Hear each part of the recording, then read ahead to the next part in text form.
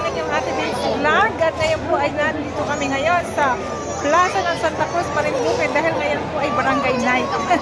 Napakarami po tao dito ngayon. Itong bata kami kasama. Ayan.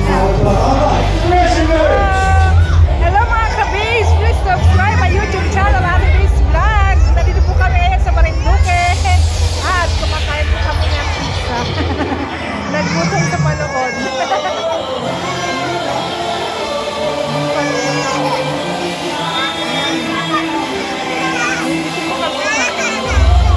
At puntahan natin yung plaza. Napakadaming po tao ngayon dito sa plaza. Good po sila ng barangay night. May mga performance po ditong magaganda ngayon.